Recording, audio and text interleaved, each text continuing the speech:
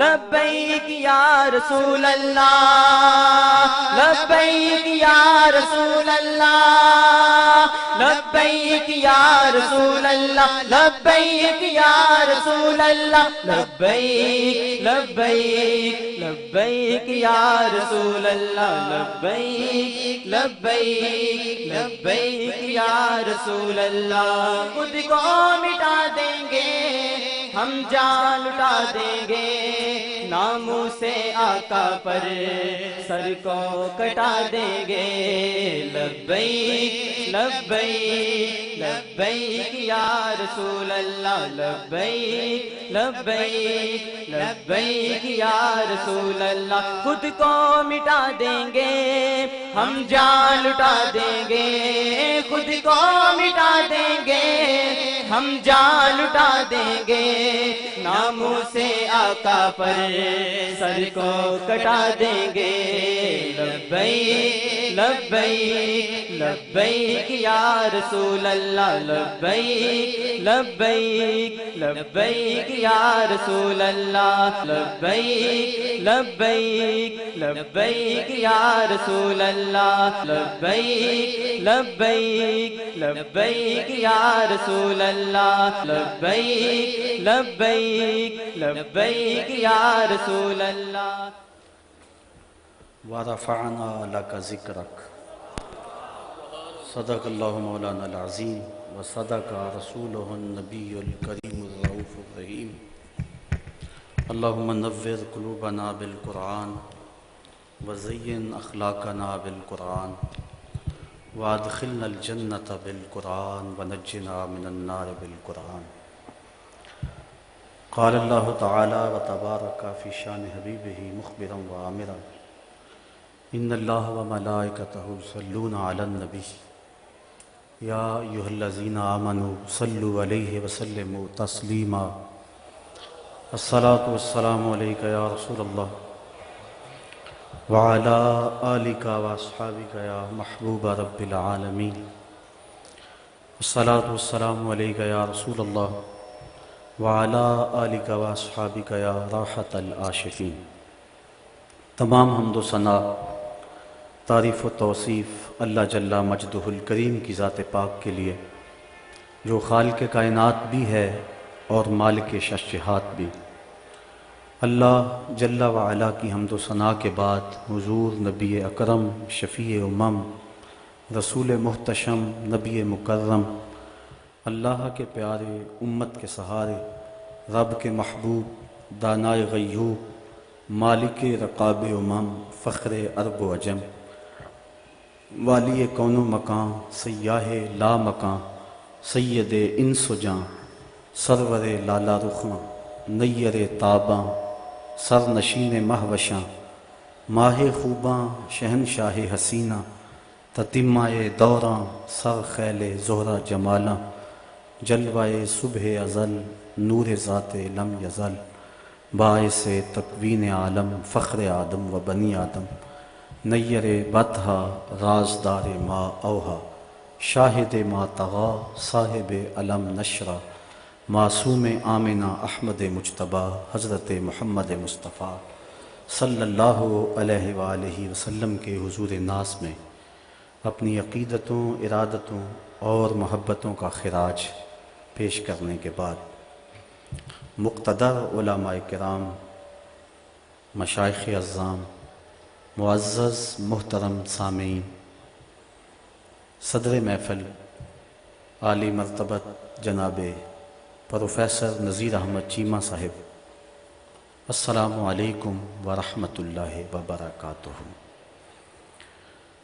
اس عظیم الشان لبیک یا رسول اللہ کانفرنس میں آپ کو آنے پر خوش آمدید کہتا ہوں، اور آپ سب کا بالخصوص علماء کرام کا شکر گزار ہوں کہ جنہوں نے اپنی گوناں گو مصروفیات سے وقت نکال کر ہمیں رونق بخشی، اور آج یہ عظیم الشان کانفرنس اپنے آقا و مولا حضور ختمی المرتبت صلی اللہ علیہ وآلہ وسلم کے ساتھ تجدید عہد غلامی کرنے کے لیے منعقد ہوئی۔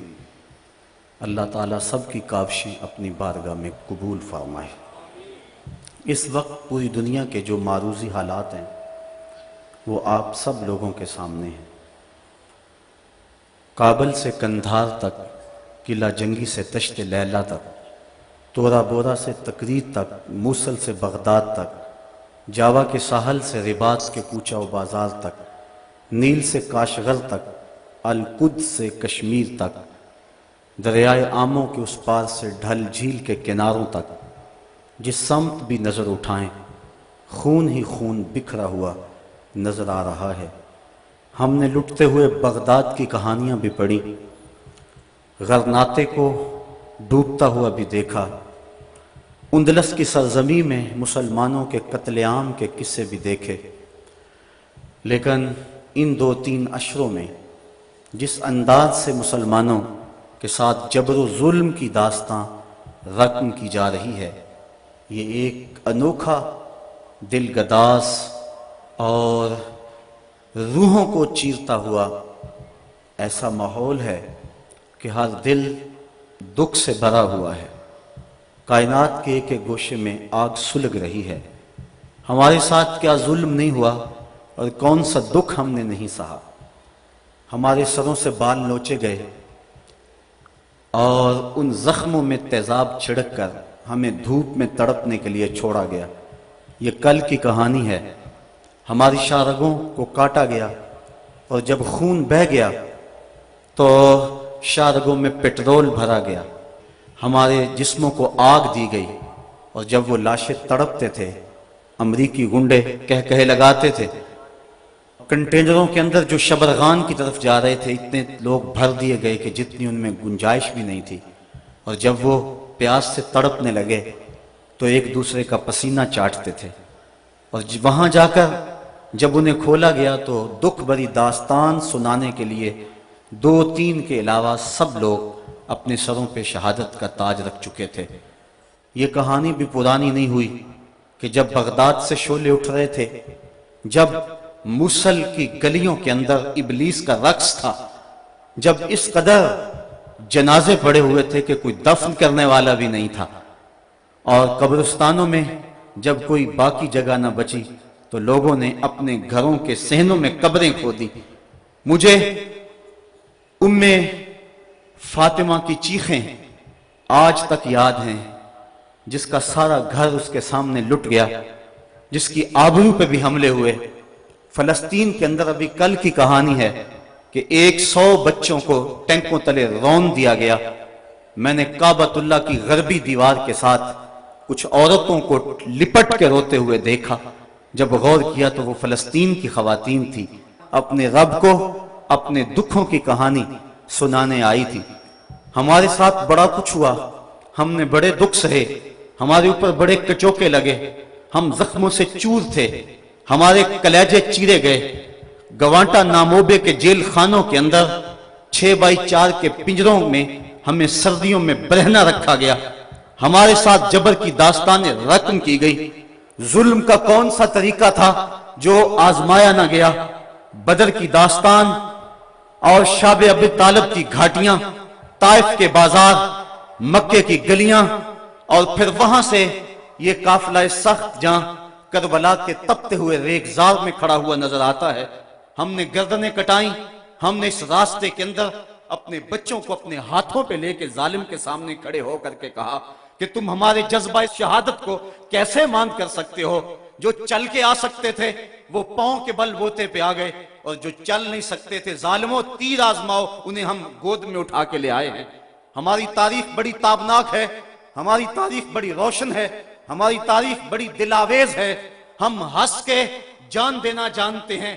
1857 کی جنگ آزادی میں جب علامہ کفایت اللہ کافی کو پھندے پہ چڑھایا جانے لگا تو انگریز نے کہا تھا، میں نے بڑا جنونی مولوی دیکھا ہے کہ جو پھندے کی طرف بڑھ رہا تھا تو میں نے اس کے چہرے کے اوپر سرخیاں دیکھی ہیں، اس کے چہرے کے اوپر میں نے بانکپن دیکھا ہے، اس کے چہرے کے اوپر میں نے ایک عجیب روشنی دیکھی ہے۔ ہم تو پھانسی گھاٹوں میں بھی اجالا کرتے ہیں، ہم تو ہٹلر کے دیش کے اندر بھی مسکرا کے جان مارتے ہیں۔ ہم نے تو یہ عظیمتوں کی داستانیں رقم کی ظالموں نے بڑے ظلم کیے، بڑے دکھ کیے، خلافت عثمانیہ کو توڑنے کے لیے ان کے کتنے جاسوس حرکت میں آئے، مسلمانوں میں افتراق کے بیج بوئے، کیا کیا دکھ نہیں اور کیا کیا زخم نہیں جو ہم چاٹ رہے ہیں۔ لیکن یہ 2-3 سال تو ایک ایک لمحہ عذاب بنا ہوا ہے، ایک ایک سانس اذیت بنی ہوئی ہے۔ مغرب نے یہ سمجھا کہ شاید ان کا دم خم ختم ہو گیا ہے، وہ سمجھتا ہے کہ مسلمان سیاسی عدم استحکام کا شکار ہے، ان کے حکمران استعمار کے اعلی کار ہیں، ان کی معیشت مفلوج اور دفاع کمزور ہو چکا ہے، لے دے کے ایک حب نبی کا جذبہ ہی رہ گیا ہے جو ان کے سینوں میں موجود ہے، اور وہ چاہتا ہے کسی طرح ان کے سینوں سے یہ جذبہ بھی نکال لیا جائے اور پھر انہیں مٹا دیا جائے یا انہیں اپنا غلام بنا لیا جائے۔ وہ ہم سے حب رسول کی تپش چھیننا چاہتا ہے اور ہم سے وہ ہماری پہچان اور ہماری وہ عزت چھیننا چاہتا ہے۔ مغرب نے یہاں بھی ٹھوکر کھائی، اس نے حکمرانوں کے آئینے میں عوام کے چہرے کو دیکھا، اس نے سمجھا کہ ان میں زندگی کی رمق نہیں، اعصاب شل ہو گئے، دل بجھ گئے۔ لیکن مغرب کان کھول کے یہ بات سن لے کہ یہ لٹا ہوا کارواں، یہ خانمہ برباد لوگ، یہ کبھی یورپ میں انہیں لوٹا، کبھی انہیں امریکہ میں لوٹا، یہ لٹتے رہے، یہ کربلا میں بھی لٹے، یہ لوٹے جاتے رہے۔ ان کے لٹنے کی کہانی بڑی دردناک بھی ہے اور بڑی طویل بھی ہے، لیکن مغرب سن لے کہ جب یہ خود لٹنے پہ آ جائیں تو پھر اپنا سودا کوچہ محمد میں کرتے ہیں، جب وہ خود لٹنے پہ آ جائیں تو پھر سب کچھ رسول کریم کی ناموس کے لیے قربان کرنے کے بعد بھی یہ کہتے رہ جاتے ہیں، کروں تیرے نام پہ جاں فدا، نہ بس ایک جاں دو جہاں فدا، دو جہاں سے بھی نہیں جی برا، کروں کیا کروڑوں جہاں نہیں۔ مغرب تو براہ راست حملے کر رہا ہے جس سے ہمارے جگر پاش پاش ہو گئے ہیں۔ ہمارا تو موقف یہ ہے کہ کوئی اشارے اور کنائے سے ہمارے آقا کریم پر حملہ کرے تو وہ بھی ناقابل معافی جرم قرار پاتا ہے۔ مسلمانوں کے نزدیک نالین نبی کی نوک شاہی سے زیادہ محترم ہے، وہ تو کہکشاں کو آپ کے قدموں کی دھول سمجھتے ہیں، ان کے نزدیک کلیوں کا چٹکنا تبسم رسول کا صدقہ ہے اور ان کے تلووں کا دھون آب حیات ہے۔ یہ درد مندان عشق کوچہ حبیب کے غلاموں کو بھی اپنا امام سمجھتے ہیں۔ خواجہ فرید نے کیا خوب کہا تھا، توڑے دھکڑے دھوڑے کھاندڑیاں، تیرے نام تو مفت وکاندڑیاں، تیرے باندیاں دی میں باندڑیاں، ہم درد کتیاں نال ادب۔ اور میرے امام نے کہا تھا، تجھ سے در اور در سے سگ اور سگ سے ہے مجھ کو نسبت، میری گردن میں بھی ہے دور کا پٹا تیرا۔ ہم تو حضور کے در اور حضور علیہ السلام کی غلامی کو اپنے لیے وجہ اعزاز اور وجہ تعظیم سمجھتے ہیں۔ یہ مغرب کی بھول ہے کہ ہمارے سینوں سے یہ تپش اور یہ حرارت چھین لے۔ یہ مر سکتے ہیں، یہ اپنا سب کچھ کٹا سکتے ہیں، لیکن ان کے لاش کے ایک ایک ٹکڑے سے محمد محمد کی صدائیں آئیں گی۔ صاحبو، بات لمبی ہو رہی ہے۔ واقعہ اس طرح ہوا کہ 30 ستمبر 1905 کو ڈنمارک کے ایک اخبار نے، جس کی پیشانی کے اوپر سٹار آف ڈیوڈ، یہ یہودیوں کا مذہبی علامتی نشان ہے، اس کی پیشانی پہ چھپا ہوا ہے، اس نے 12 خاکے شائع کیے، اور اس کے بعد ہالینڈ کے اخبارات نے اور دیگر 22 ممالک کے 75 اخبارات نے ان خاکوں کو دوبارہ جنوری 2006 میں شائع کیا۔ 200 سے زائد ٹی وی چینل نے اس کی تشہیر کی۔ ہالینڈ کے اخبارات نے لکھا کہ ہم ہر ہفتے ان خاکوں کو شائع کریں گے تاکہ مسلمان اس کے عادی ہو جائیں۔ اٹلی کے ایک بدبخت وزیر نے خاکوں والی ٹی شرٹ پہنی اور اپنی قوم سے کہا کہ اس کو رواج دیا جائے تاکہ مسلمانوں کے جذبات مجروح ہوں۔ یہ خاکے یہودی کارٹونسٹ ویسٹر گارڈ نے بنائے اور اس نے مختلف اخبارات کو دیے۔ 11 اسلامی ممالک کے سفیر ڈنمارک کے وزیر اعظم کے پاس احتجاج لے کر پہنچے، لیکن اس بدبخت نے ان کو ملنے سے انکار کر دیا۔ 27 مسلمان تنظیموں کے 17,000 افراد نے اپنے دستخطوں کے ساتھ ایک یادداشت مرتب کر کے ڈنمارک وزیر اعظم کو بھیجی. اس نے اس کو وصول کرنے سے بڑی ڈٹائی کے ساتھ انکار کیا. ٹونی بلیئر اور بش نے ڈنمارک کے وزیر اعظم کو فون کر کے کہا کہ جھکنا نہیں، ہم تمہارے ساتھ ہیں. تو اس پر 14 فروری کو ڈیلی ٹائمز نامی ایک اخبار کو انٹرویو دیتے ہوئے ڈینش وزیر اعظم نے کہا عالم اسلام اس بات کو سن لے، اور میں ان کو یہ باور کرانا چاہتا ہوں کہ ہم تنہا نہیں ہیں، ہماری پشت پہ دنیا کا ہاتھ ہے اور ساری دنیا مسلم امہ کے خلاف جمع ہے. یہ ہماری غیرت کو جھنجھوڑ دینے کے لیے اس کا ایک جملہ کافی تھا، اور چاہیے تھا کہ خادم حرمین کھڑا ہو کے حضور کے روضے کے سامنے اعلان کرتا کہ اگر تم سارا کفر جمع ہو گئے ہو تو ہم محمد عربی کی غلامی میں سارے مسلمان جمع ہیں. لیکن کوئی ایسا اعلان، کوئی ایسا احتجاج مقابلے میں نہ آیا، جس کے نتیجے کے اندر ان کی بے باکی بڑھتی گئی، یہاں تک کہ یورپ کے اندر ایک شراب خانے کو کعبۃ اللہ کی طرز پہ تعمیر کیا گیا. اور جنرل ہوڈ نے گوانٹا ناموبے کے جیل خانوں میں مسلمان قیدیوں کے ٹائلٹس کے اندر قرآن مجید کے ورقے رکھے اور انہیں ذہنی اذیت اور شاک پہنچایا. مسلمانوں کا شدید احتجاج جو انڈونیشیا، مصر اور پاکستان میں بالخصوص ہوا، اس کی دھمک پورے عالم پہ محسوس ہوئی، تو انہوں نے وقتی طور پہ سلسلے کو روک دیا. مغربی مصنوعات کا بائیکاٹ جو مسلم امہ نے اس وقت کیا تھا، اس سے بہت سارا ان کو نقصان پہنچا، تو وہ یہ زبان زیادہ قبول کرتے ہیں، تو انہوں نے وقتی طور پہ سلسلے کو روک دیا.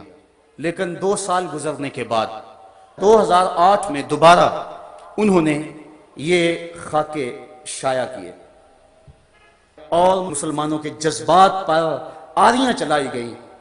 بلیوں اور کتوں کے حقوق پر تنظیمیں بنانے والے یہ منافق اور عیار، پتہ نہیں ان کو 1 ارب 40 کروڑ انسانوں کے دلوں کو زخمی کر کے کیا ملتا ہے. حالانکہ مغرب کے اندر بھی توہین رسول کی سزا قتل رہی ہے. حضرت عیسیٰ علیہ السلام کے توہین کی سزا قتل رہی ہے، بعد میں ان کو عمر قید کی سزا کے اندر تبدیل کیا گیا. جرمنی کے اندر ان کی شرارتوں کی وجہ سے جب ان پہ حملے کیے گئے تو 6 لاکھ یہودی اس وقت جرمنی میں موجود تھے، تو 4 لاکھ ڈنمارک اور دیگر ممالک کی طرف ہجرت کر گئے، اور باقی 2 لاکھ یہودیوں میں سے کچھ کو پکڑ لیا گیا اور ان کو قتل کیا گیا. لیکن یہودی یہ تعداد 60 لاکھ بتاتے ہیں، اور وہ کہتے ہیں کہ 60 لاکھ یہودیوں کو تہہ تیگ کیا گیا اور انہیں کو جلایا گیا. اب اگر کوئی شخص یہ کہے کہ ان کی تعداد 60 لاکھ نہیں تھی بلکہ 2 لاکھ لوگ تھے، ان میں سے کچھ لوگ قتل ہوئے، تو اس پر یورپ میں 20 سال سزا رکھی گئی ہے کہ اس نے اس تعداد کو کم کیوں کیا ہے. اس تعداد کو کم بتا کر یہودیوں کو دکھ پہنچایا ہے. تو اگر کوئی سچ کہہ دے تو ان کو دکھ پہنچتا ہے، اور اس پر بھی 20 سال سزا مقرر ہے. آزادی رائے کی بات کرنے والے یہ منافق اور یہ عیار اور مکار تاریخ کے جھونکوں میں جھانک کر اگر کوئی صحیح بات سامنے لانا چاہتا ہے تو اس کو سزا دیتے ہیں، اور اسرائیل کو انہوں نے یہ حق دیا ہے کہ ایسے شخص کو وہ طلب کر کے اپنے ملک کے کورٹ کے اندر کھڑا کر کے سزا دے سکتا ہے.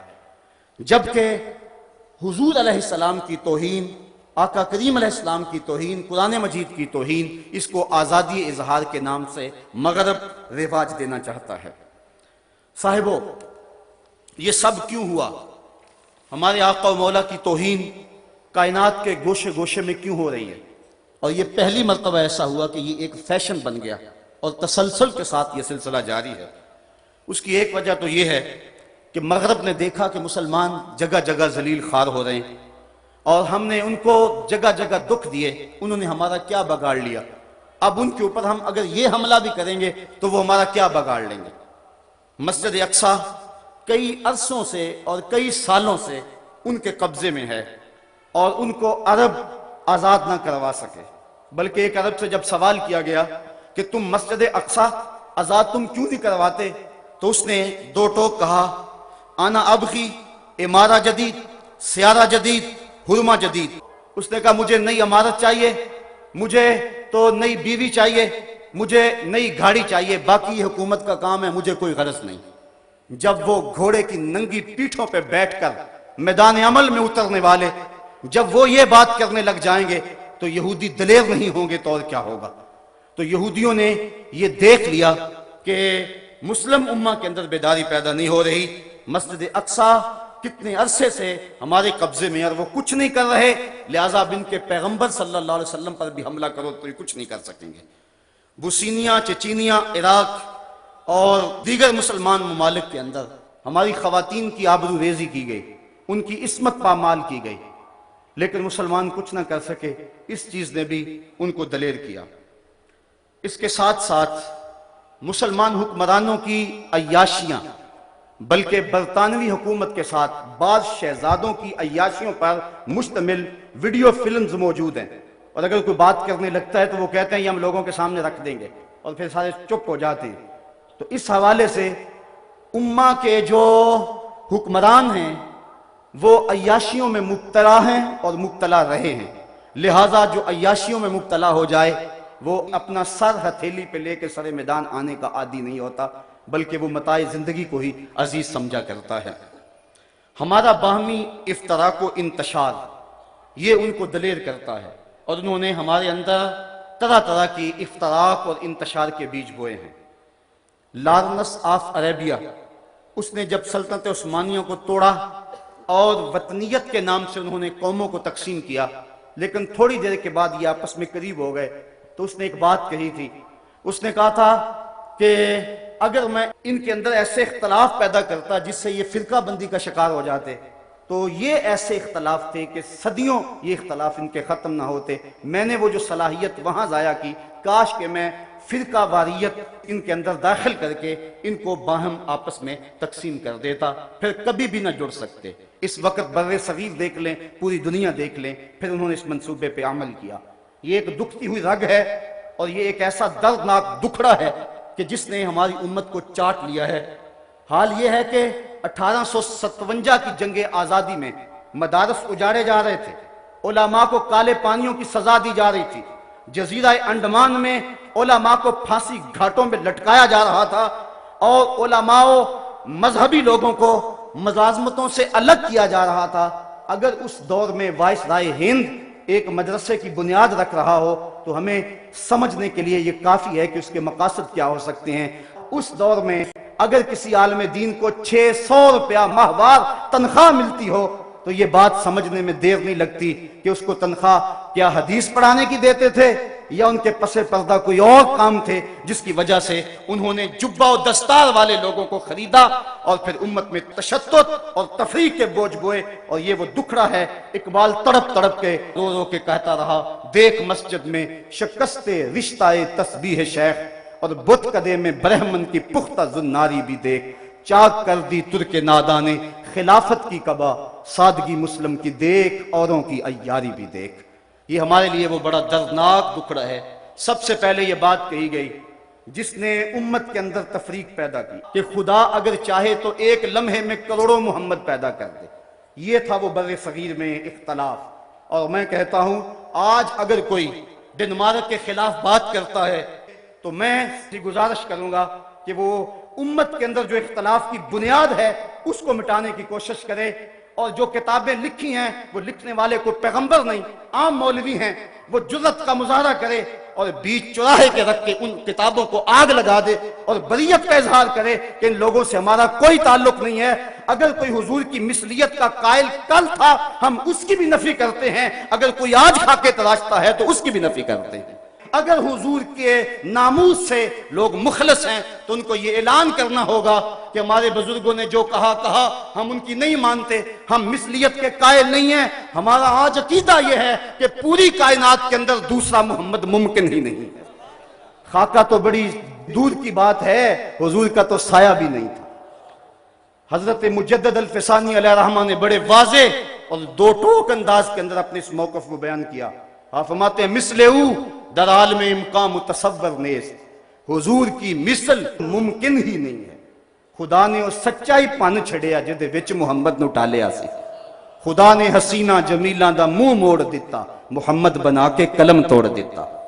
ایسا حسین پیکر تراشا، لا یجلس الذباب علی جسدہ، جسم پہ کبھی مکھی نہیں بیٹھتی تھی، ثانی دور کی بات سایہ بھی نہیں تھا۔ اذا تکلم رؤیا کالنور یخرج من بین ثنایاہ، جب بات کرتے تھے منہ سے نور کی کرنیں چھن چھن کے نکلتی تھی۔ اذا ضحک یتلالأ فی الجدر، جب مسکراتے تھے سامنے والی دیواروں پہ عکس پڑتا تھا۔ اذا سر استنار وجہہ، اور جب مسکراتے تھے چہرے کی لکیروں سے نور نکلتا تھا۔ رخ کے آئینے میں مصور سجا ہوا، چہرے کی ہر لکیر پہ قرآن لکھا ہوا، آنکھیں کیا کہوں کہ باب حرم کھلا ہوا۔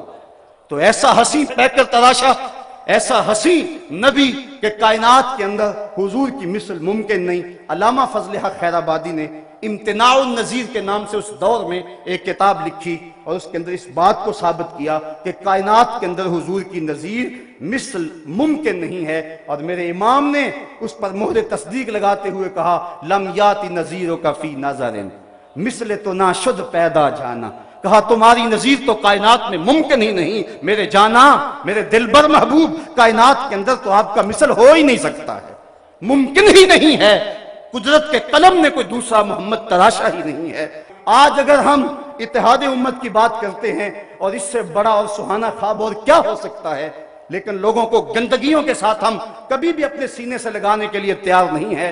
اگر کوئی مخلص ہے تو وہ ان خیالات سے توبہ کر کے آئے، ہمارے سر کا تاج کہلائے گا۔ لیکن اگر وہ سب کچھ سینے میں ہو اور زبان سے جو مرضی کہتا رہے، ہم اس کا کوئی اعتبار نہیں کرتے ہیں۔ مغرب کے لیے دلیری کی ایک اور وجہ یہ بھی تھی،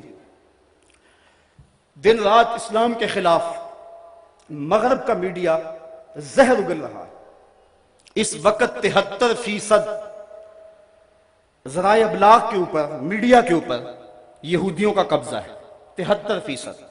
باقی جو 27% ہے اس میں عیسائی بھی آتے ہیں، بدھ بھی آتے ہیں، ہندو بھی آتے ہیں اور مسلمان بھی آتے ہیں۔ یہودی دن رات اسلام کے خلاف پراپیگنڈا کر رہے ہیں۔ ڈاکٹر شروش کی کتاب پچھلے دنوں چھپی، انہوں نے کروڑوں ڈالر اس پہ لگائے، کیا کچھ نہیں ہو رہا ہے۔ لیکن اس کے باوجود یہ آپ کے لیے خوشخبری کی بات ہے، یہ مایوسیوں کے دور میں، یہ پریشانیوں کے دور میں، جبکہ کلیجے پھٹ رہے ہیں، جبکہ روحیں تڑپ رہی ہیں، جبکہ دل اداس ہیں، جبکہ پیغمبر اسلام کی توہین ہمارے لیے ایک ایک لمحے میں زہر گھول دیا ہوا ہے، اس دور میں یہ بات آپ کے لیے خوش آئند ہے کہ اس وقت ایک محتاط اندازے کے مطابق یورپ اور امریکہ کے اندر ایک مہینے میں 18,000 لوگ اسلام قبول کر رہے ہیں۔ مغرب کے چرچ اجڑ گئے ہیں، ان کے پاس کچھ نہیں رہا، ان کے پلے کچھ نہیں رہا۔ امریکہ بھاگ رہا ہے، یہ کل کا اخبار آپ نے دیکھا ہوگا، کل کے اخبار میں تھا 108 امریکی فوجیوں نے خودکشی کر لی ہے۔ یہاں افغانستان کے اندر، عراق کے اندر امریکہ سخت پریشان ہے، اس نے چاہا تھا کہ یہ ترنے والا ہے، میں ایک دن کے اندر 24 گھنٹوں کے اندر اس کے اوپر قبضہ جما لوں گا، لیکن یہ اٹک گیا ہے اس کے گلے کے اندر، نہ اندر جا رہا نہ باہر آ رہا، مسئلہ بنا ہوا ہے۔ 18,000 لوگ ایک مہینے میں تسلسل کے ساتھ اسلام قبول کر رہے ہیں، اور یہ بات بھی سامنے رکھیں کہ یہ ہماری محنت کا نتیجہ نہیں ہے، ہم تو آپس میں لڑ رہے ہیں، ہم تو الجھنوں کا شکار ہیں، ہم تو جو ہے وہ کتنے چھوٹے اختلافات کو کتنا بڑھائے ہوئے ہیں۔ یہ جو کچھ ہو رہا ہے یہ اسلام کی فطری اور طبعی صداقت کا نتیجہ ہے۔ اولیاء کی کتابیں وہاں پہنچی ہیں، امام غزالی کو لوگوں نے پڑھا ہے، حضرت داتا گنج بخش علی اجویری کو لوگوں نے پڑھا ہے، میرے شیخ مجدد کے مکتوبات وہاں پہنچے ہیں، شیخ ابو طالب مکی کی کتابیں وہاں پہنچی ہیں، اور ان لوگوں نے قرآن مجید کو ڈائریکٹ دیکھا ہے، اور 18,000 لوگ ایک مہینے میں ایمان قبول کر رہے ہیں۔ اگر آپ اور میں لوگ اپنی زندگی کی راہیں ٹھیک کر لیں، اپنے ظاہر اور باطن کو ٹھیک کر لیں، تو یہ 18 لاکھ تک پہنچ سکتے ہیں۔ مجھے برطانیہ سے آنے والے ایک شخص نے پچھلے دن بتایا کہ برطانیہ کے اندر ٹین ایجز لڑکے اباؤں میں ملبوس ہیں، ان کی سچی داڑیاں ہیں اور سروں پہ امامے رکھے ہوئے ہیں۔ وہ کیا کہا تھا اقبال نے کہ مسلمان کو مسلمان کر دیا طوفان مغرب نے۔ رد عمل کے طور پہ یہ نتائج پیدا ہوئے، اور آج یورپ میں تیزی کے ساتھ اسلام پھیل رہا ہے، اور مغرب پریشان ہے اس حوالے سے کہ اگر مسلمان دوسری قوت تو بن گیا دنیا پہ، اور اگر اس طرح بڑھتے رہے تو دنیا پر قابض نہ ہو جائیں اور طاقتور نہ ہو جائیں. اس لیے انہوں نے ہمارے مرکز محبت کو چھیڑا اور یہ بڑا نازک حملہ ہمارے اوپر کیا. اس وقت ہمارے دانشور اس حوالے سے سخت پریشان ہیں. اگر اس بات کو چھوڑ دیا جائے اور اس کو معمول کی ایک کارروائی سمجھ لیا جائے تو پھر ہمارے پلے کچھ نہیں بچتا. اور اگر بار بار وہ یہ کام کرتے ہیں تو ظاہر ہے احتجاج کا وہ زور ہر بار نہیں بھی رہتا. اور ڈینش وزیر اعظم نے یہ بات کہی بھی اپنے بیان میں کہ 2006 میں جو احتجاج ہوا تھا 2008 میں وہ احتجاج دیکھنے میں نہیں آیا. ایسی کانفرنسیں کرنے کے لیے وسائل درکار ہوتے ہیں اور اس کے لیے وقت درکار ہوتا ہے. تو روز روز اجتماعات بھی نہیں ہوتے. لوگ سڑکوں پہ آئے. روٹی اور آٹے کا بحران ہمارے ملک میں افرید کی طرح جو ہے وہ طاری ہے اور یہ ایک ایسا شیشناک ہے جو پھنکا رہا ہے. لوگ اپنے مسائل میں الجھا دیے گئے. اگر امت باقی معاملات کی طرح ناموس رسالت پر حملے کو برداشت کرنے کی پوزیشن میں آ جاتی ہے تو یہ بات سن لے کہ امت کے پاس پھر کچھ بھی نہیں بچتا ہے. امت کے پلے پھر کچھ بھی نہیں رہتا. ہمیں گھر بیچ کر بھی, ہمیں اپنی متاع جاں ہتھیلیوں پر سجا کر بھی فصیلے دار پہ چراغاں کرنا ہوگا اور ہر صورت میں اس نغمے کو بلند سے بلند تر کرتے رہنا ہوگا اور کوئی لمحہ ایسا نہ ہو کہ لبیک یا رسول اللہ کی صدا کم ہونے پہ آئے. یہ لبیک یا رسول اللہ کا نغمہ بڑھتا ہی چلا جائے اور ہم نے اپنے آقا و مولا سے یہ عہد غلامی کرنا ہے. لبیک یا رسول اللہ کیا ہے؟ حضور کے ساتھ عہد غلامی ہے. غزوہ حنین کے موقع پہ جب آقا کریم اپنے اصحاب کے ہمراہ حنین کی طرف بڑھ رہے تھے, راستے میں ایک درے پر کافروں نے اپنے تیر انداز پہاڑوں کے دامن میں چھپا رکھے تھے. مسلمان تو لڑائی کے لیے جا رہے تھے لیکن اچانک جب حملہ ہو گیا تو اس غیر متوقع حملے کی وجہ سے مسلمان پریشان ہو گئے اور ایک مرتبہ لشکر کے اندر بھگدڑ مچ گئی. تو راوی بیان کرتا ہے کہ جب سب لوگ بھاگ رہے تھے حضور علیہ السلام نے یہ جملہ کہتے ہوئے انا النبی لا کذب انا ابن عبد المطلب کہا, یہ کوئی جھوٹ نہیں, میں اللہ کا نبی ہوں, میں عبد المطلب کا بیٹا ہوں. یہ کہہ کے حضور علیہ السلام نے اپنی گھوڑے کو ایڑ لگائی اور حضور علیہ السلام آگے بڑھے اور حضور نے دائیں مڑ کے دیکھا اور فرمایا یا معاشر الانصار, اے گروہ انصار. تو سب انصار نے مل کے جواب دیا لبیک یا رسول اللہ ابشر نحن معاک, حضور ہم حاضر ہیں, آپ کو بشارت ہو, آپ خوش ہو جائیں, ہم آپ کے ساتھ ہیں. پھر حضور نے بائیں سمت دیکھا اور پھر کہا یا معاشر الانصار. تو صحابہ نے پھر کہا لبیک لبیک نحن معاک یا رسول اللہ, حضور ہم حاضر ہیں, ہم حاضر ہیں, ہم آپ کے ساتھ ہیں. اور جلدی جلدی اپنے اونٹ موڑنے لگے.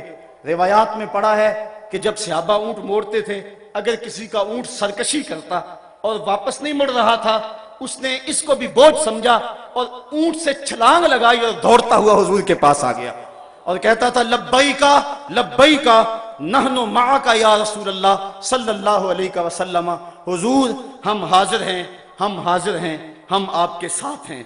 آقا کریم علیہ السلام کو صحابہ نے وہ جو جواب دیا آج اس جواب کا تسلسل اور اس کے صدائے بازگشت پوری دنیا پہ گونج رہی ہے اور کائنات کا ایک ایک بچہ, ایک ایک مسلمان یہ پکار رہا ہے. بلکہ یہ جب پہلی مرتبہ ایسا ہوا یہ تو حرم کی دیواروں پر بھی اور مکہ المکرمہ اور مدینہ شریف کے درمیان جو روڈ ہے وہاں بڑے بڑے بورڈ اویزا کر دیے گئے اور وہاں لکھا ہے لبیک یا رسول اللہ. آج ہم نے عہد غلامی کرنا ہے اپنے آقا سے اور ہم نے اپنی محبت کا اظہار کرنا ہے. بات جہاں تک حضور کی عظمت کی ہے, اللہ تعالیٰ نے قرآن میں فرمایا وَرَفَعْنَا لَكَ ذِكْرَكَ, محبوب تیرا ذکر ہم نے بلند کیا ہے. یہ ڈنمارک کے لوگ جو مرضی کرتے رہے حضور کی عظمتوں کو نہیں ہٹا سکتے.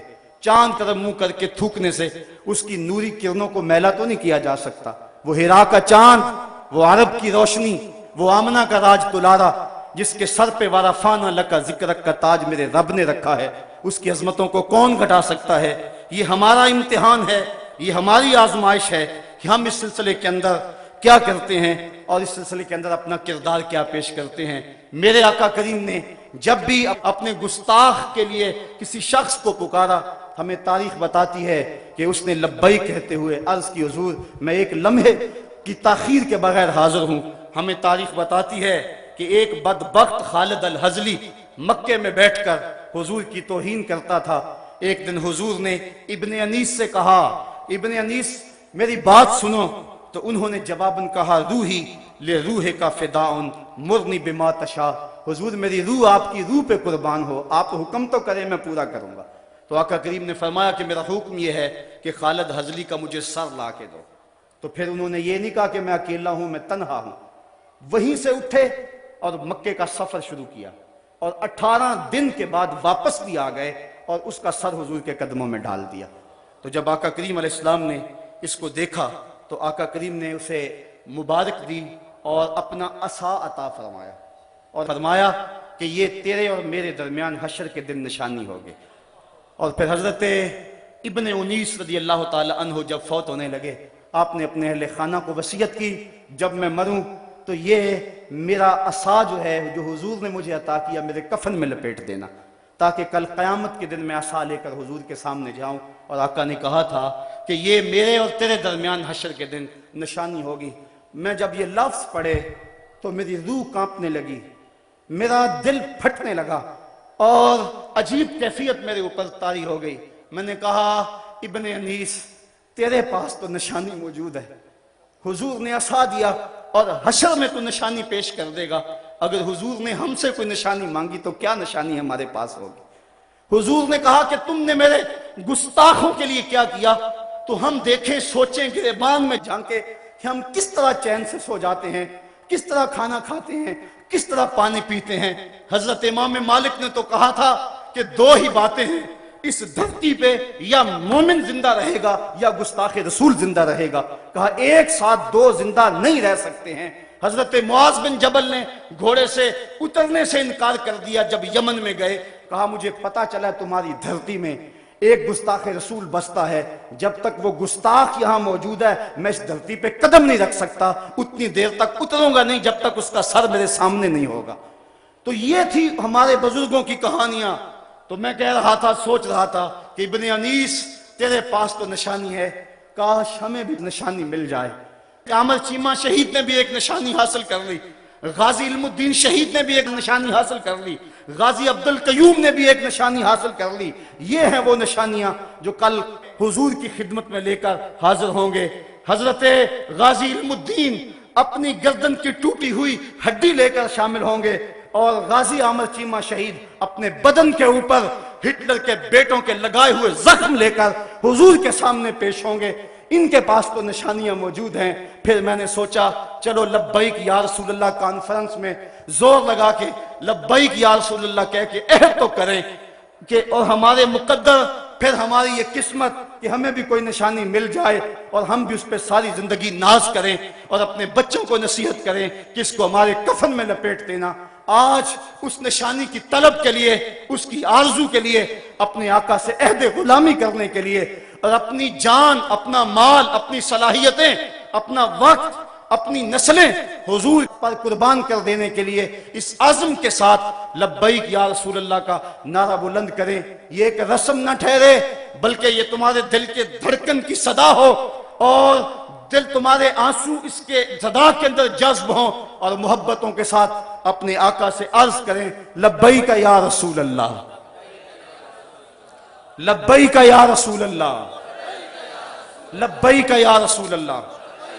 یہ کیسے دن آئے، فلک بھی دشمن، زمین بھی مخالف، اوپر سے بھی بارود، نیچے سے زلزلے، جائیں تو کہاں جائیں، نہ پائے ماندن نہ جائے رفتن۔ لگتا ہے رحمت خداوندی بھی ہم سے روٹ گئی۔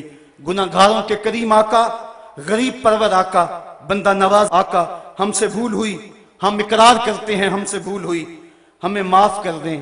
حضور معافی، حضور معافی، حضور معافی، حضور معافی۔ ماضی کی خطاؤں سے درگزر فرمائیں، آئندہ عہد کرتے ہیں ایک ایک سانس آپ کے نام کیا، جئیں گے تو آپ کے لیے، مریں گے تو آپ کے لیے، آخری سانس تک آپ کے وفادار رہیں گے۔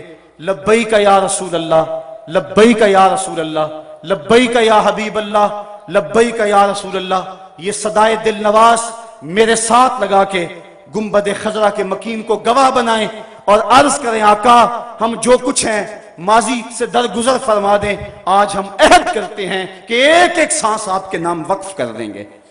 صدائے دل نواز اور بلند آواز سے یہ عہد کریں اپنے آقا سے، لبیک یا رسول اللہ، لبیک یا رسول اللہ، لبیک یا رسول اللہ، لبیک یا رسول اللہ۔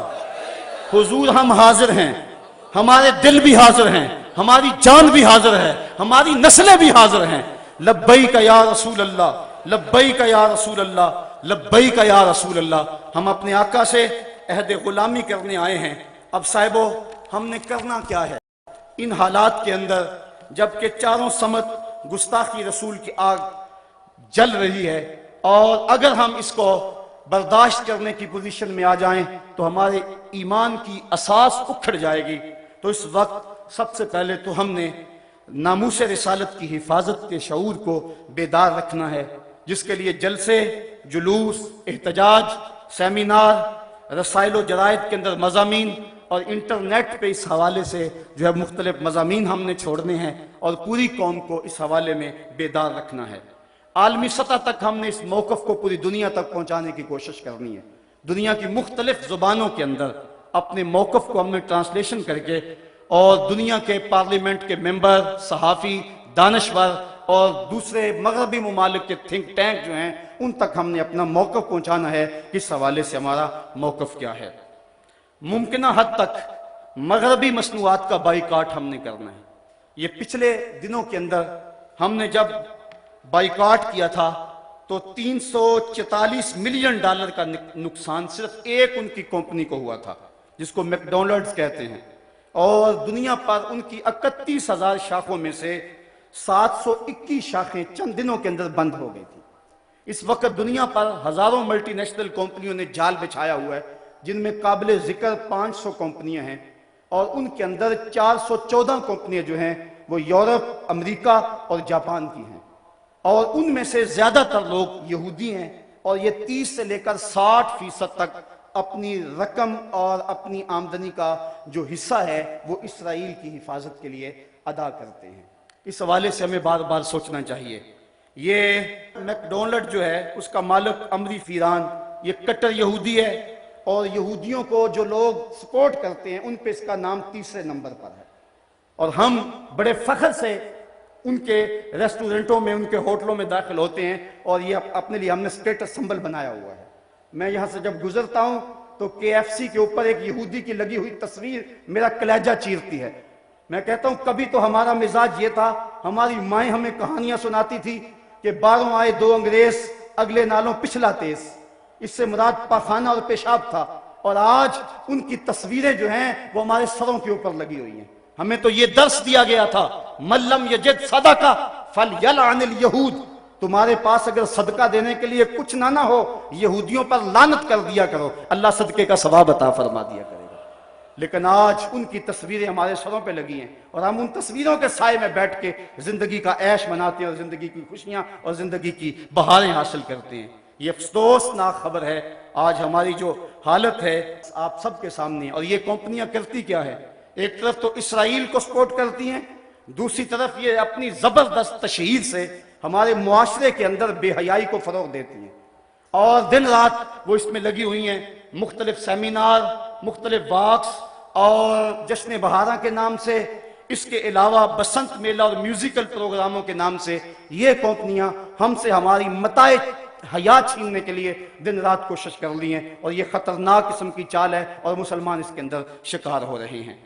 میرے صاحبوں، میں آپ سے اتنی گزارش کرنی ہے کہ ضرور آپ ان کمپنیوں کے اندر جائیں اور اپنا عیش اڑائیں، لیکن اتنا ضرور سوچ لیں کہ یہودی گنڈوں سے تار تار عصمت بہنوں کو حشر کے دن کیا جواب دیں گے۔ کبوتر کی طرح آنکھیں بند نہ کریں اور ان کی طاقتور تشہیر کے سامنے بے بس نہ نظر آئیں۔ سوچو تمہاری رقم کہاں جا رہی ہے۔ مغربی مشروبات کو رات دن استعمال کرنے والوں، فلسطینیوں کے بہتے ہوئے لہو کا بھی خیال کرو۔ سگریٹ کی جو کمپنی فلپس مورس ہے، اس میں مسلمان جو سگریٹ پیتے ہیں وہ کمپنی 21% اسرائیل کو دیتی ہے۔ اس طرح ایک دن کے اندر ایک اندازے کے مطابق $96 لاکھ روزانہ ہم یہودیوں کے فنڈ میں جمع کرواتے ہیں۔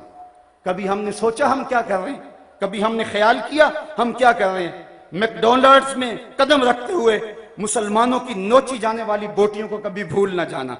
ہم عجیب لوگ ہیں، لا مکہ لا محمد کا مونوگرام رکھنے والے مشروبات کے بغیر ہماری انجوائمنٹ ہی ادھوری رہتی ہے۔ پے ایچ پینی ٹو سیف اسرائیل کا مخفف رکھنے والے مشروب کے بعد دل مانگے اور پر مجبور ہے۔ سوچیں ہم کیا کر رہے ہیں؟ کیا لکس، رکسونا اور لائف بوائے سے غسل نہ کریں تو صاف نہیں ہوں گے؟ سن سلک ہیڈ اینڈ شولڈر سے بال نہ دھوئیں تو کیا گنجے ہو جائیں گے؟ لپٹن اور بروک بانڈ کی چائے نہ پئیں تو زندہ نہ رہیں گے؟ فیئر اینڈ لولی اور پونڈز کریم استعمال نہ کریں تو کیا چہرے بگڑ جائیں گے؟ ووڈ لینڈ اور ایکشن کے جوتے نہ پہنیں تو کیا چل نہ سکیں گے؟ بس تھوڑا سا سوچنے کی ضرورت ہے۔ لمبی سے لمبی مسافت کا آغاز ایک قدم پہ ہوتا ہے۔ ہم سمجھتے ہیں کہ ہمارے کرنے سے کیا ہوگا، لیکن ہم نے پچھلے سے پچھلے سال تھوڑی سی حرکت کی تو اس قدر ان کو ہوش آ گئے، اور پھر اس پر ترا یہ کہ وہ ان مصنوعات کے اندر جو لپسٹکیں ہیں اور مختلف مشروبات کے اندر خنزیر کی چربی ڈال رہے ہیں۔ اور ہم اگر کسی کو یہ بتاتے ہیں کہ فلاں شہر میں فلاں شے پڑتی ہے، وہ کہتے ہیں جناب وہ ویسے بتا رہے ہیں، ویسے کسی نے پراپیگنڈا کیا ہے، ایسے کب ہو سکتا ہے؟ ایسا تو ممکن نہیں ہے۔ اگر کوئی پراپیگنڈا کر لے کہ یہ چوزوں کو بلڈ فلو ہے تو آپ لوگ ساری پولٹری کی صنعت کو تباہ کر دیتے، اور کوئی بندہ مرغی کھانے کو تیار نہیں ہوتا۔ ہماری جان نہ چلی جائے، ہمیں اپنی جان کی بڑی فکر تو ہے لیکن ایمان کی کوئی فکر نہیں ہے۔ اس وقت اب ہم بتائیں کہ میاں فلاں چیز میں فلاں شے پڑتی ہے، فلاں میں سور کے میدے کی چربی آتی ہے، فلاں چیز میں یہ ڈالا جاتا ہے، وہ کہتے ہیں یہ فرضی باتیں کر رہے ہیں۔ صاحبو ہم غور کریں، بار بار غور کریں، اور اس حوالے کے ساتھ ہمیں محنت کرنی چاہیے۔ ایک تو ہمارا کام یہ کہ مغرب کی مصنوعات کا ممکنہ حد تک ہم بائیکاٹ کریں، وہ چیزیں جن کا متبادل یہاں موجود ہے وہی استعمال کریں۔ دوسری بات ہمارے کرنے کی یہ ہے کہ مغرب کے علاوہ دیگر جو ممالک ہیں، چائنا ہے جو ہمارے ساتھ دوستی کا دم بھرتا ہے، لیکن اب وہ بھی یہودیوں کی جو ہے وہ اس چال کا شکار ہو گیا۔ یہ پاکستان کے اندر چائنا سے بن کر مختلف پارچہ جات آئے ہیں، انڈرویئر کے اندر لا الہ الا اللہ محمد رسول اللہ لکھا ہوا۔ اسی طرح مختلف جو پارچہ جات ہیں، پینٹیں ہیں، ان کے پائنچوں اور ان کے نیفوں کے ساتھ لگے ہوئے جو ٹیگ ہیں ان کے اوپر جو ہے وہ کلمہ طیبہ لکھا ہوا ہے۔ میاں تم تو ہمارے دوست تھے، تم بھی ہمارے کلیجے چھلنی کر رہے ہو۔ کس یہودی کا تم شکار ہو گئے؟ ہمارے وطن کے ذمہ داروں کو، چائنا کے سفیر کو بلا کر تنبیہ کرنی چاہیے اور اسے پوچھیں کہ کیا یہ تمہاری دانستہ حرکت ہے یا کہ درمیان میں کوئی ایسی طاقت شامل ہوگی تمہارے علم میں نہیں ہے۔ اگر ایسی کوئی بات ہے تو وہ مداوع کریں، ورنہ جس طرح ہم باقیوں کو اپنا دشمن سمجھتے ہیں، چائنا سے ہمارا پھر کیا رشتہ رہ جائے گا؟ کیونکہ ہمارا رشتہ تو محمد عربی کے دم سے ہے۔ ہم تو دیکھنے اور سوچنے کے عادی ہی اسی انداز سے ہیں، ہم تو اسی آنکھ سے دیکھتے ہیں، اس کے علاوہ کوئی جتنا گہرا سے گہرا دوست کیوں نہ ہو، میرے اعلیٰ حضرت نے فرمایا اسے اپنے سے ایسے نکال دو جس طرح مکھن سے بال نکال دیا جاتا ہے، تو ہمارا ان سے بھی پھر کوئی تعلق رشتہ نہیں ہوگا۔ اسی طرح چائنا اور دیگر جتنے بھی ممالک ہیں ان کو بھی اپنا موقع پہنچایا جائے اور مغرب کی اس عیاری کو لوگوں کے سامنے رکھا جائے۔ مختلف ممالک کے اندر اپنی یادداشتیں بھیجتے رہنا چاہیے اور اس سلسلے کو کبھی بھی کم نہ ہونے دیا جائے۔ اقوام متحدہ اگرچہ غیر مؤثر ادارہ ہو گیا ہے تو ان کو بھی ہم ضرور جھنجھوڑتے رہیں۔ ہمارے جو اپنے حکمران ہیں یہ ایک الگ دکھڑا ہے، گلا وفائے جفا نما جو حرم کو اہل حرم سے ہے، کسی بت کدے میں بیان کروں تو صنم بھی کہہ دیں ہری ہری۔ یہ ہمارے 56-57 اسلامی ملکوں کے حکمران ہیں، پتہ نہیں ان کی غیرت کہاں سو گئے، پتہ نہیں ان کو کیسے چین کی نیند آ جاتی ہے۔ سب سے زیادہ یہ وہ لوگ ہیں کہ جن لوگوں سے قیامت کے دن باز پرس کی جائے گی، کیونکہ میں کہتا ہوں دو طبقے ہیں، ایک وہ طبقہ جو بیچارہ بے بس ہے، کر کچھ نہیں سکتا، تڑپ رہا ہے لیکن بے بس ہے، اور دوسرا جو کر سکتا ہے وہ بے حس ہے۔ اس وقت بے بسی اور بے حسی کے درمیان جو ہے وہ مغرب دلیر سے دلیر تر ہوتا چلا جا رہا ہے۔ یہ حکمران سمجھ لیں کہ یہ 4 دن کی حکمرانی ہے، پھر اندھیری رات طاری ہونے والی ہے۔ اگر انہوں نے ناموس رسالت کے لیے کچھ کیا تاریخ میں ان کا نام رہے گا، جس طرح سلطان نور الدین زنگی، جس طرح سلطان صلاح الدین ایوبی کا نام باقی ہے، ورنہ مٹ جائیں گے۔ ان کے اوپر جو لتر برسیں گے ان کی بھی بولیاں لگیں گی، ان کی بھی قیمت لگے گی، اگر انہوں نے حضور علیہ السلام کی ناموس کے حوالے سے کوئی کام نہ دکھایا۔ جہاں تک حضور کی ناموس کا حوالہ ہے تو وہ اللہ کام لینا جانتا ہے، ابابیلوں سے وہ ہاتھی مروانا جانتا ہے، وہ ہمارا محتاج نہیں ہے۔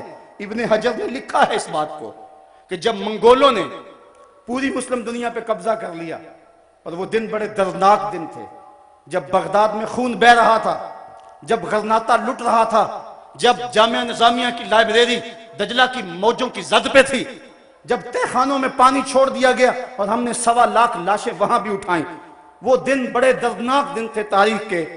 ایک منگول سردار عیسائی ہو گیا اور اس نے ایک بہت بڑا اجتماع کیا۔ ابن حجر لکھتے ہیں کہ اس عیسائی بدبخت نے دریدہ دہنی کرتے ہوئے لوگوں کے اندر ہمارے پیغمبر صلی اللہ علیہ وسلم کی توہین کی۔ تو اس بڑے اجتماع کے اندر ایک بھی مسلمان نہیں تھا۔ تو جب اس نے حضور کے خلاف بھونکا تو پاس ہی بندھا ہوا ایک کتا جوش میں آ گیا اور وہ زور زور سے بھونکنے لگا۔ سب نے اسے کہا کہ تم مسلمانوں کے نبی کے خلاف بولا ہے، اس لیے یہ کتا بھونک رہا ہے۔ تو اس نے کہا کہ نہیں نہیں، یہ ویسے بڑا غیرت مند ہے، میں نے ہاتھ سے اشارہ کیا تو یہ سمجھا کہ مجھے مارنے لگا، اس وجہ سے غیرت میں آیا۔ تو اس نے دوبارہ پھر حضور علیہ السلام کو سب و شتم کرنا شروع کیا، میرے آقا کو گالیاں دینے لگے۔ کتنا مجمع تھا لیکن کوئی بھی حضور کا غلام نہیں تھا۔ تو تاریخ نے بتایا ہے کہ پھر وہ کتا ایک دم رسہ توڑ کے جھپٹ کے شیر کی طرح اس کے اوپر حملہ آور ہو گیا، اور اس نے اپنے دانت وہ اس کی گردن میں گاڑ دیے اور چھوڑا، تب جب اس کو جہنم میں پہنچا دیا۔ ابن حجر لکھتے ہیں کہ اس واقعہ کو دیکھ کر اس منگول سردار سمیت اس مجمع سے 40,000 لوگ اسلام قبول کر گئے۔ اللہ تو اپنے نبی کے دین کی اور اپنے نبی کی ناموس کی حفاظت یوں بھی کرنا جانتا ہے۔ کاش ہم اس کتے کا دانت ہی بن جاتے، اس کے پنجے کا ناخن ہی بن جاتے جو گستاخ رسول کو چیر کے رکھ دیتا ہے۔ تو وہ اپنے نبی کی ناموس کی حفاظت جانتا ہے۔ ابو لہب اگر بولے تو تبت یدا ابی لہب کا تازیانہ برستا ہے۔ وہ اپنے محبوب کی حفاظت کرنا جانتا ہے، لیکن یہ سعادت ہے جس کو نصیب ہو جائے۔ تو کاش کہ ہمارے حکمران اس حوالے سے جو ہے وہ کچھ کام کرتے، لیکن بدبخت یہ ہے کہ OIC بھی ایک مردہ گھوڑا بن گئی۔ اس وقت پوری دنیا پہ سکوت مرگ طاری ہے۔ مجھے غالب کہاں یاد آ گیا، کہتا ہے ہوا مخالف ہو شب تارو بہر طوفان خیز گسستہ لنگر کشتی و ناخدا خفتست۔ ہوا مخالف ہے، رات تاریک ہے، سمندر میں طوفان بپا ہے، کشتی کا لنگر بھی ہاتھ سے چھوٹ چکا ہے، لیکن افسوس تو یہ ہے کہ کشتی بان بھی سو چکا ہے۔ اب میری کشتی کو خدا ہی بچائے تو بچے۔ ظلمتیں ہیں یاس کی، شام ہے طوفانوں کی۔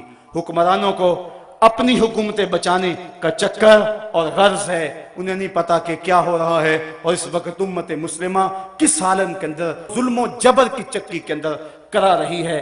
تو ہمارے حکمران ان کو ہم جھنجھوڑتے رہیں۔ یہ ریلیاں، یہ جلوس، یہ جلسے، بعض لوگ یہ بھی کہتے ہیں کہ یہ کوئی فائدہ نہیں اس کا، شاید وہ درد مندی سے کہتے ہوں، لیکن اگر یہ بھی نہ ہو تو حکمرانوں تک پیغام کیسے پہنچے؟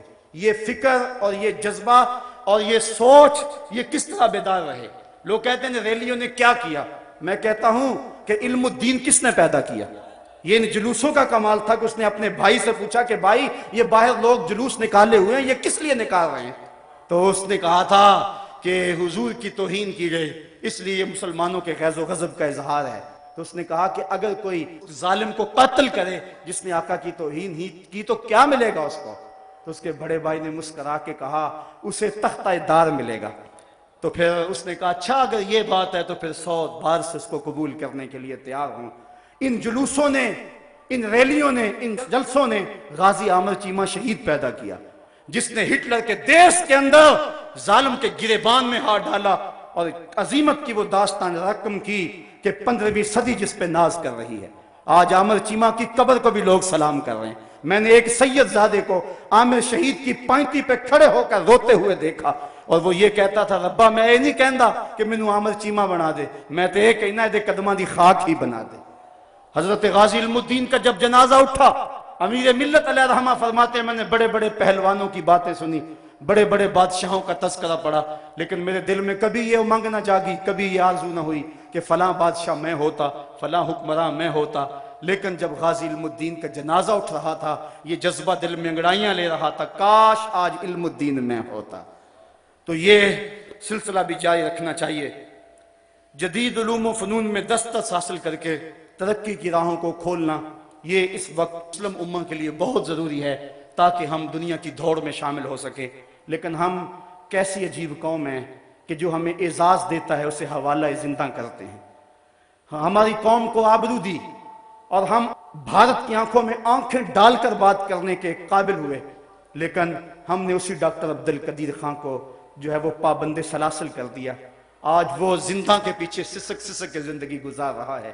بھارت کا سائنسدان تو صدارت کی کرسی پہ براجمان ہو، اور جس نے اس قوم کو آبرو بخشی آج وہ حوالہ زندہ ہوں. کاش ہمارے حکمران ان کی سوچیں بدلیں اور ان کو غیرت کے ناخن نصیب ہوں. کہتے ہیں اس دور کا جو ہے وہ ایٹم بم وہ معیشت ہے، جو معاشی طور پہ قوم پس گئی اس کے پلے کچھ نہیں رہے گا. لہٰذا ہمیں اس کے لیے کوشش کرنی چاہیے. لیکن قوم اس کو اس سے غرض نہیں ہے، وہ پیسے جوڑنے کے چکر میں ہے. کاش کہ ہم ملک کے بارے میں پہلے سوچیں. ہم نے وہ پچھلے دنوں کے اندر یہ پراپرٹی کا کام چلا، لوگوں نے فیکٹریوں سے پیسے نکال کر وہاں لگا دیے اور ملک کی انڈسٹری مفلوج ہو کے رہ گئی. کاش کہ ہم منصوبہ بندی کرتے ہوئے کچھ سوچیں، بلکہ کیسے کیسے ہاتھ ہیں. ڈبل شاہ نے قوم کے کتنے پیسے اکٹھے کر کے انڈسٹری کو تباہ کر دیا، اور ہم آگے جانے کی بجائے الٹا پیچھے آ رہے ہیں. یہ یہود و ہنود کی سازشیں ہیں جن کا ہم شکار ہو رہے ہیں. آپ پیسہ وہاں خرچ کریں جہاں کچھ لوگوں کو روزگار ملے اور زیادہ سے زیادہ ملک کے وسائل بڑھیں اور زر مبادلہ کمائیں. فرقہ واریت کے حوالے سے میں بات کر چکا ہوں کہ یہ ہمارا خواب ہے کہ سارے فرقے جو ہیں وہ ایک پلیٹ فارم پہ جمع ہوں اور وہ وحدت امت کا جو ہے وہ اعلان اور اظہار کریں. اور یہ تبھی ممکن ہے کہ ان کے اندر وہ جو چیزیں باعث خرابی ہیں ان چیزوں کو نکال دیا جائے اور حضور کے نام پہ سارے لوگ اکٹھے ہو جائیں اور مل کے لبیک یا رسول اللہ کا نعرہ لگائیں، تو امت کے تنے مردہ میں پھر سے زندگی کی رمق پیدا ہو سکتی ہے. غازی عامر چیمہ شہید کے مشن کو جاری رکھنا یہ وقتی اور فوری حل ہے. اس وقت جو حالات ہیں، اگر ہم اس کام کو بھی چھوڑ دیں گے، جیسا کہ آج کچھ لوگ کہتے ہیں کہ یہ کیا کام ہے جو کیا جائے، مغرب اور دلیر ہوتا ہے اور بھڑکتا ہے، مسلمانوں کے خلاف جو ہے وہ دشمنی اس کی اور بڑھ جاتی ہے. یہ اگر ہم اس کو برداشت کر لیں اور اس کو مستقبل پہ چھوڑ دیں تو یہ ہماری غیرت ایمان کے خاتمے کا اعلان ہے. کسی نے ابن عمر سے پوچھا کہ فلاں جگہ کے اندر ایک شخص نے گستاخی رسول کی ہے، آپ بتائیں اس کے بارے میں فتویٰ کیا ہے. تو ابن عمر غصے میں آ گئے، کہا فتویٰ پوچھنے آگے ہو پہلے اسے قتل کیوں نہیں کیا. اور یہ بات ہمارا موقف دو ٹوک اور واضح ہے کہ گستاخ رسول واجب القتل ہے، اور اس کو بطور حد قتل کیا جائے گا، بطور تعزیر قتل نہیں کیا جائے گا. اور اگر وہ معافی مانگے بھی تو چونکہ بطور حد قتل کیا جائے گا اس کی معافی قابل قبول نہیں ہوگی. آج یہ بھی فلسفہ لوگ تراش رہے ہیں کہ حضور نے اپنے دشمنوں کو معاف کیا ہے. اپنے بیٹے کے قاتل کو کرنا معاف تیری جوان مردی کا پتہ چلے، کرنا سنت ادا. اپنے گستاخ کو معاف کرنا، دشمن کو معاف کرنا اور بات ہے، لیکن محبوب کے دشمن کو معاف کرنا اور بات ہے. دوسرے لفظوں میں یوں سمجھ لو، اپنے دشمن کو معاف کرنا جوان مردی ہے اور محبوب کے دشمن کو معاف کر دینا بے غیرتی ہوا کرتی ہے. اس لیے 1400 سالہ امت کی تاریخ میں کبھی ایسا نہیں ہوا کہ کسی مومن نے گستاخ رسول کو معاف کیا ہو. یہ دو ٹوک اور واضح ہمارا یہ موقف ہے کہ حضور کا گستاخ واجب القتل ہی ہے اور اس کا سر ہی اڑایا جائے گا. بلکہ فتاوی عالمگیریہ میں 500 علماء ہند نے فتویٰ دیا، کسیرا گفت کہ جامع پیغمبر ریمناک بود. کسی نے اگر کہا کہ حضور جو لباس پہنتے تھے وہ میلا کچیلا ہوتا، وہ میلا کچیلا ہوتا تھا، 500 علماء نے فتویٰ دیا اس کی گردن اڑا دو. جو حضور کے لباس کو بھی میلا کہے، یہ تو وہ نازک بارگاہ ہے، لے سانس بھی آہستہ کے دربار نبی ہے. یہاں تو سانسوں کا شور بھی بے ادبی کہلاتا ہے. یہاں تو جنید و بایزید آتے ہیں، وہ بھی سانسوں کو روک کے آتے ہیں. تو یہ ایک اہم کام ہے اور فوری حل ہے. گستاخان رسول کے سینے میں یہ ڈر رہنا چاہیے. جس طرح کبھی کہا جا رہا تھا کہ سلمان رشدی کہتا ہے اگر چڑیا بھی پر مارتی ہے تو میں کانپ جاتا ہوں کہ کوئی غیرت مند مسلمان آ گیا ہے. تو اگر اس کا یہ خوف بھی ختم کر دیا جائے پھر تو گستاخی رسول کا باب ہی کھل جائے گا. اب ہی جو ہے وہ 22 مالک کے 75 اخبار اور 200 چینلوں نے یہ خاکے جرأت مندی کے ساتھ جو ہے وہ شائع کیے، اور یہ پہلی مرتبہ ایسا ہوا ہے. ورنہ 14 صدیوں کی تاریخ گواہ ہے کہ کبھی بھی ایسے تحریک کے طور پہ جرأت نہیں ہوئی کہ یوں حضور کی توہین کی جائے. جوش میں آ جایا کرتی تھی غیرت، لیکن افسوس آج اس کشتی کو ہے خوف تلاتم صد حیف. منہ موڑ دیے تھے جس نے بڑھتے ہوئے طوفانوں کے۔ آج پوری دنیا پہ کٹ رہے ہیں ہم، لٹ رہے ہیں ہم، خانمہ برباد ہیں ہمارا قافلہ آج بے یوسف ہے۔ صاحبو زندگی کٹ رہی ہے، آؤ میں اور آپ اپنے آقا سے عہد کریں۔ میرے دامن میں سسکیوں کے سوا کچھ نہیں ہے، میں تو روتا ہوں۔ آج تو لوگ میرے رونے کا مذاق بھی اڑاتے ہیں، لیکن کیا کروں؟ جب میرا سینہ زخمی ہو، جب میرا دل پھٹ رہا ہو، جب امت مسلمہ زخموں میں مبتلا ہو، جب کابل سے کندھار تک، جب قلعہ جنگی سے دشت لیلا تک، جب تورا بورا سے تقریر تک، جب موصل سے بغداد تک، میں جدھر نظر اٹھاؤں مجھے لاشیں ہی لاشیں پڑے ہوئے نظر آئیں، تو میں پھر کیا کروں؟ میرے ہاتھ میں کچھ ایسی چیز بھی نہ ہو کہ میں ظالم کی گردن توڑ سکوں، میری حکومتیں بھی بے غیرت ہوں، اور میرے جو ہے وہ حکومت کے کار پرداز بھی منطقے تراش رہے ہوں۔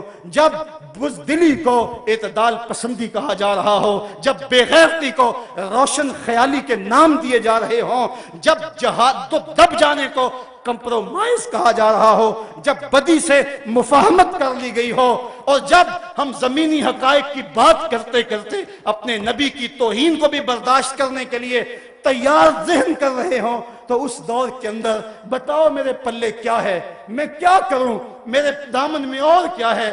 میں روؤں گا، میں دن کو بھی روؤں گا، میں رات کو بھی روؤں گا، میں جھولی پھیلا کے گنبد خضرا کے مکین سے فریاد کروں گا کہ تجھ سے فریاد ہے اے گنبد خضرا والے، کعبے والوں کو ستاتے ہیں کلیسا والے۔ مجھے ایک صاحب کہہ رہے تھے جناب آؤ عمرے کو چلیں، میں نے کہا 6 سال قبل گیا تھا، اب مجھے حوصلہ نہیں پڑ رہا، میں کون سا منہ لے کے آقا کے سامنے جاؤں گا؟ میں کون سا جو ہے وہ منہ لے کر حضور کو دکھاؤں گا؟ آقا تیرے دشمن تو دندنا رہے ہیں، تیری حرمت پہ حملہ کرنے والے تو دندنا رہے ہیں، میں کیا کروں گا؟ میں کیسے جاؤں گا؟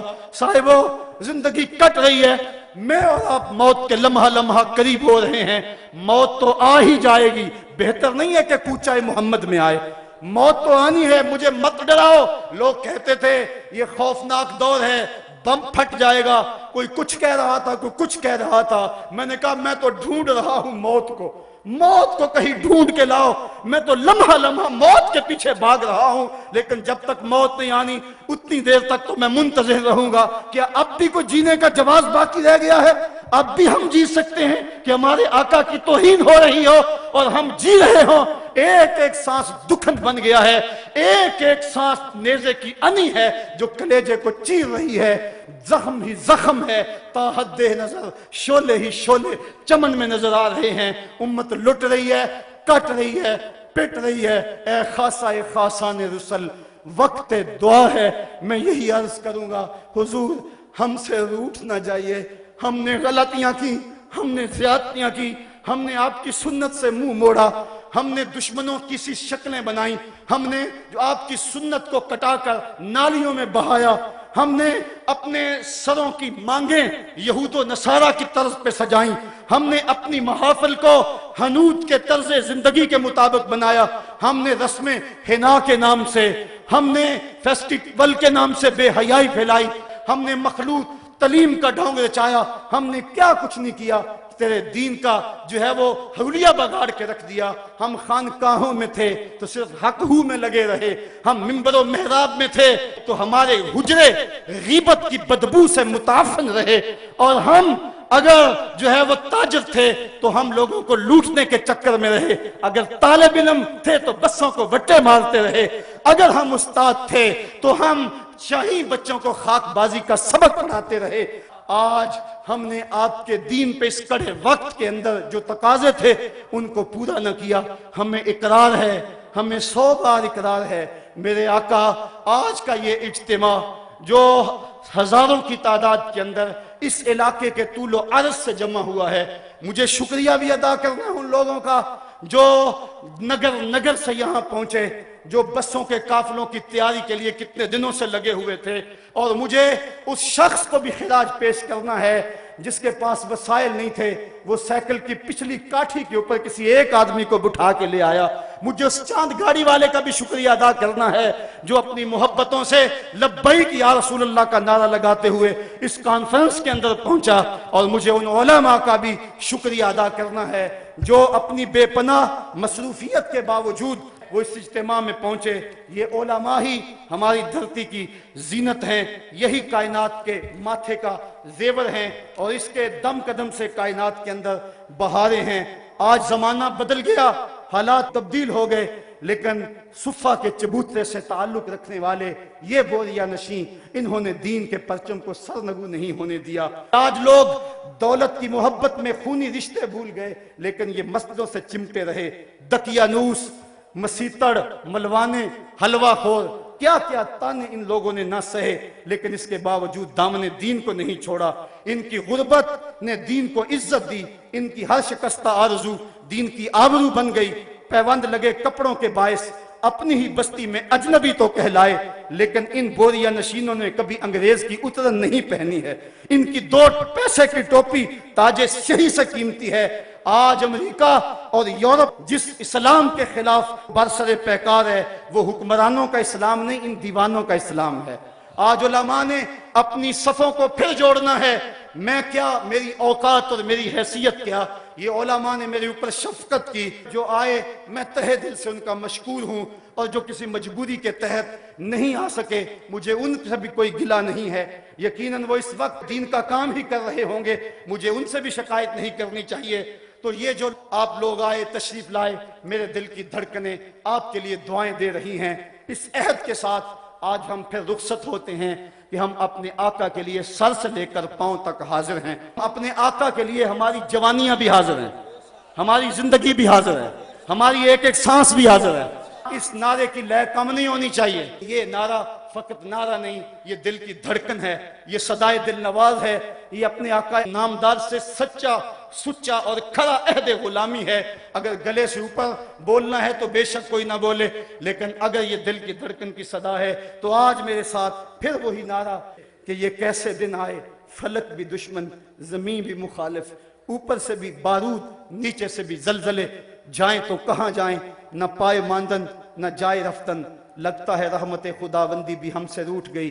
گناہ گاروں کے کریم آقا, غریب نواز آقا, بندہ نواز آقا, ہم سے بھول ہوئی, ہمیں اقرار ہے ہم سے بھول ہوئی, ہمیں معاف کر دیں, ماضی کی خطاؤں سے درگزر کریں. اس کے بعد وعدہ کرتے ہیں آئندہ زندگی کی ایک ایک سانس آپ کے نام ہوگی, زندگی کا ایک ایک لمحہ آپ کے نام ہوگا.